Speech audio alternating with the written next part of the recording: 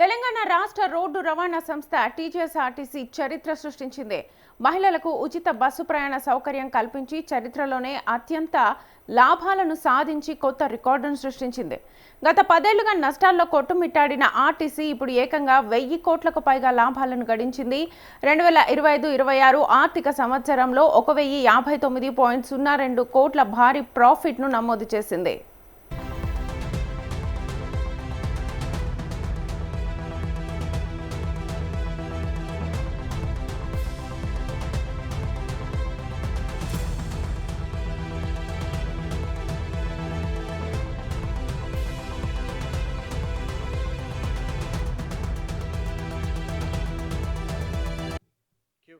మహిళలకు ఉచిత బస్సు ప్రయాణం కల్పించే మహాలక్ష్మి పథకం ఈ విజయానికి ప్రధాన కారణమని అధికారులు వెల్లడించారు.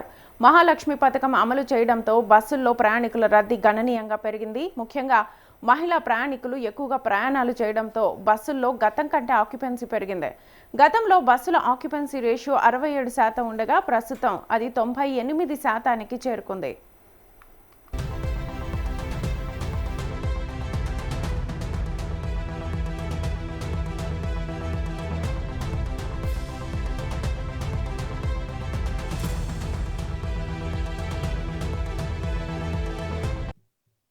ఇందుకు తోడు ప్రయాణికుల ఛార్జీల్లో చేసిన వ్యూహాత్మక సవరణలు, టోల్ ఛార్జీలు, సేఫ్టీ సెస్ మరియు రౌండప్ ఛార్జీల సవరణలు సంస్థ ఆదాయాన్ని మరింతగా పెంచాయి. ప్రభుత్వం సకాలంలో నిధులు విడుదల చేయడం కూడా ఆర్టీసీ ప్రగతికి, ఆర్టీసీ ఆదాయ వృద్ధికి కీలక పాత్ర పోషించింది. 2026-27 ఆర్థిక సంవత్సరంలో టీజీఎస్ఆర్టీసీ 9639.5 కోట్ల ఆదాయం, 1118.8 కోట్ల లాభాలను లక్ష్యంగా పెట్టుకుంది.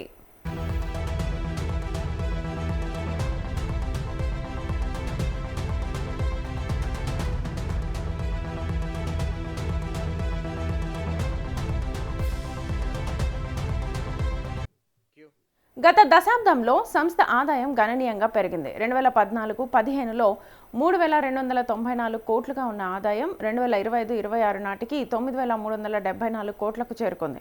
ఈ సందర్భంగా ఆర్టీసీ ఎండీ వై నాగిరెడ్డి మాట్లాడుతూ మహాలక్ష్మి పథకం సంస్థ పునరుజ్జీవనానికి బలం అందించిందని తెలిపారు.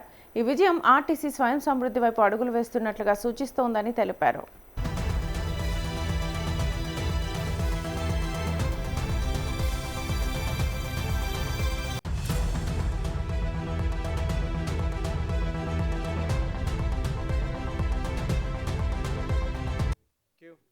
ప్రభుత్వ సహాయంపై ఆధారపడ్డ సంస్థ ఇప్పుడు లాభాల బాటలో నడుస్తోంది. మరిన్ని సేవలు, కొత్త బస్సులు, మెరుగైన సౌకర్యాలతో రాబోయే రోజుల్లో మరింత అభివృద్ధి సాధించాలని ఆర్టీసీ భావిస్తోంది. మహాలక్ష్మి పథకం తెలంగాణ రవాణా రంగానికి కొత్త ఊపిరిపోసిందే. ఈ క్రమంలో ఆర్టీసీ తీసుకుంటున్న కొత్త నిర్ణయాలు కూడా ఆర్టీసీ లాభాలకు కారణమయ్యాయి.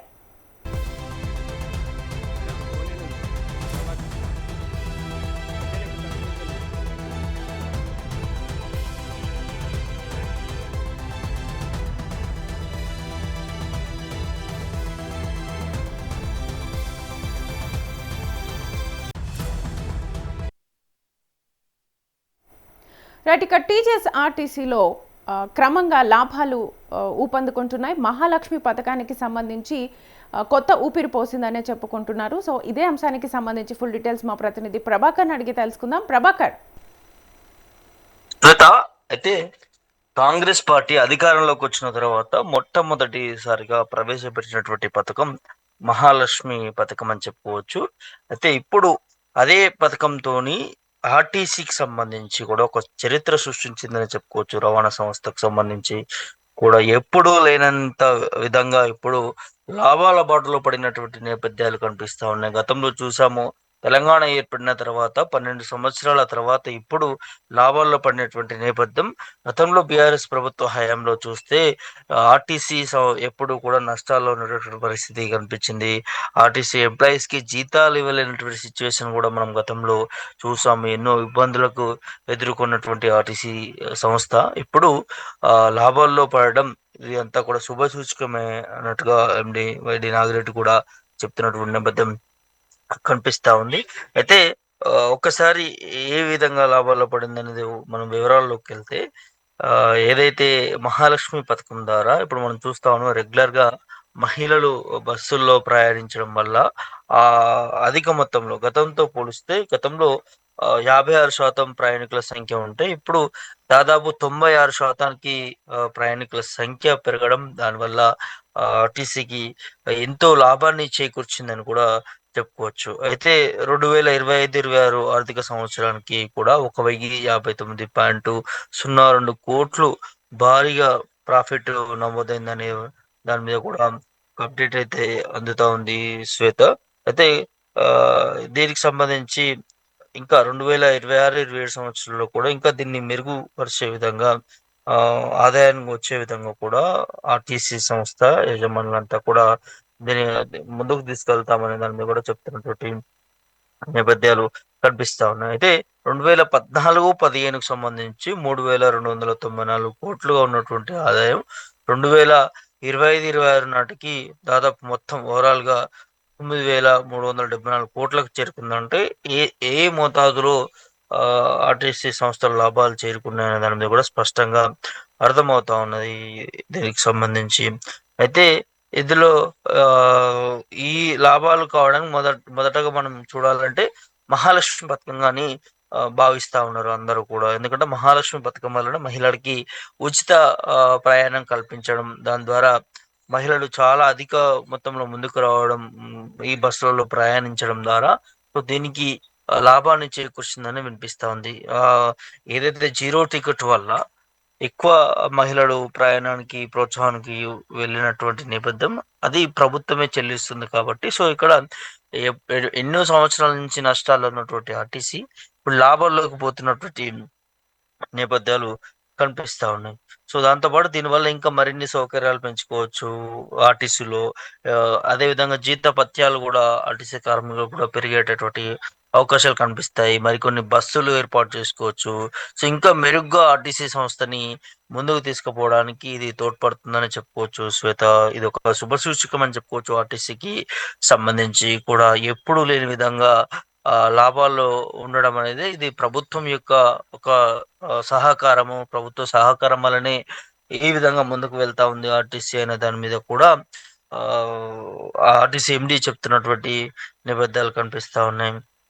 అదే ప్రయాణికులకు సంబంధించి ఏదైతే ఛార్జీలలో చేసినటువంటి వ్యూహాత్మక సవరణలను అనుకోవచ్చు. అదేవిధంగా టోల్ ఛార్జీలు, ఆహ్, సేఫ్టీ సెస్ మరియు రౌండ్ అప్ ఛార్జీలకు సంబంధించి సవరణలు సంస్థ ఆదాయానికి కొంత తోడ్పడ్డదని చెప్పుకోవచ్చు. అటు మహిళా ఫ్రీ బస్ పథకము, అదేవిధంగా ఇవి కొన్ని సవరణలు చేయడం ద్వారా ఆర్టీసీ ఇప్పుడు నష్టాల్లో పడింది. ఇప్పుడు టోల్ ఛార్జీలు చాలా భారీగా తీసుకునేటటువంటి నేపథ్యం ఉండేది గతంలో. దాన్ని కుదించారనే దాని మీద కూడా మనం వార్తలు చూస్తాము. సో, ఇవన్నీ సవరణలు చేసుకోవడం వల్లని ఇవాళ ఆర్టీసీ ఈ విధంగా లాభాల్లో ముందుకు సాగుతున్నదనే దాని మీద కూడా ఆర్టీసీ ఎండీ నాగిరెడ్డి చెప్తున్నటువంటి నేపథ్యాలు కనిపిస్తున్నాయి. చూడాలి మరి ఇంకెన్ని రికార్డులు సృష్టిస్తుంది ఏంటి అనేది కూడా చూడాల్సినటువంటి అవసరం ఉన్నది. ఇక మొత్తానికైతే ఆర్టీసీకి ఒక శుభసూచకం అని చెప్పుకోవచ్చు.